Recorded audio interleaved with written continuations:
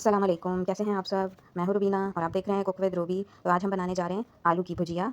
तो बहुत ही आसान है और बहुत ही जल्दी बनने वाली है हमारी रेसिपी। मैंने आलू ले लिए हैं 2, छील लें अच्छी तरह से, फिर धो लें। तो काट लें क्यूब्स में। तो चलिए शुरू करते हैं। बिस्मिल्लाहिर्रहमानिर्रहीम। मैंने आलू छोटे-छोटे क्यूब्स में काट लिए हैं। अब हम आधा कप ऑयल ले लेंगे, गरम कर लें, उसमें लहसुन डाल दें। अब हम इसको फ्राई कर लेंगे। अच्छी तरह से फ्राई करना है हमने। 4 से 5 मिनट तक फ्राई करते रहेंगे ताकि थोड़ा सा आलू का कच्चापन और अदरक लहसुन का कच्चापन खत्म हो जाए। इधर हम टमाटर ले लेंगे। टमाटर मैंने 1 लिया है बड़े साइज़ का। अगर छोटे हैं तो 2 ले लें। टमाटर हमने ज़्यादा नहीं लेना है, बहुत ज़्यादा मसालों से नहीं तैयार करना है हमने। तो बहुत ही कम मसालों में तैयार होगी लेकिन बहुत ही मज़े की बनती है। तो 1 चम्मच मैंने जीरा लिया, आधा चम्मच हल्दी, आधा चम्मच पिसी हुई लाल मिर्च और आधा चम्मच नमक और आधा चम्मच कूटी हुई लाल मिर्च। तो ये हमारे मसाले हो जाएंगे। बहुत ही सिंपल मसालों से तैयार करेंगे हम। तो 5 से 6 मिनट हो चुके हैं आलू को फ्राई होते हुए। अब हम मसाला डाल देंगे। तो मसाले में पिसी हुई मिर्चें और कुटी हुई मिर्चें इसलिए डाल रहे हैं कि हमारे सालन का कलर ख़राब ना हो। तो दोनों मिर्चें इस वजह से हम डाल रहे हैं और मिर्चें भी पूरी रहें।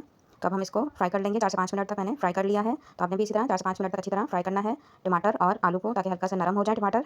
अब मैंने आधी प्याली पानी डाल के इसको गलने के लिए छोड़ रही हूँ ढक्कन लगा के। तो 15 मिनट के बाद आलू भी गल चुके हैं हमारे और टमाटर भी गल चुके हैं। अब हल्के से जो नमी है उसको हम भून लेंगे। बहुत ज़्यादा खुश्क नहीं करना है, बस हमें 2 मिनट तक फ्राई करना है। जो टमाटर हमारे साबुत नज़र आ रहे हैं उनको हमने भून के ख़त्म करना है ताकि हमारा शोरबा बन जाए। हल्के हाथ से चलाते रहेंगे ताकि हमारे आलू ना टूटें, क्योंकि आलू हमारे गल चुके हैं। तो अब हम 2 से 3 मिनट हो चुके हैं, मैंने बनाई कर ली है। देखिए माशाल्लाह से आलू जो है वो पक चुके हैं, बिल्कुल तैयार हैं। तो अब हम हरी मिर्च डाल देंगे। हरी मिर्च डाल के 2 मिनट तक हम दम दे देंगे।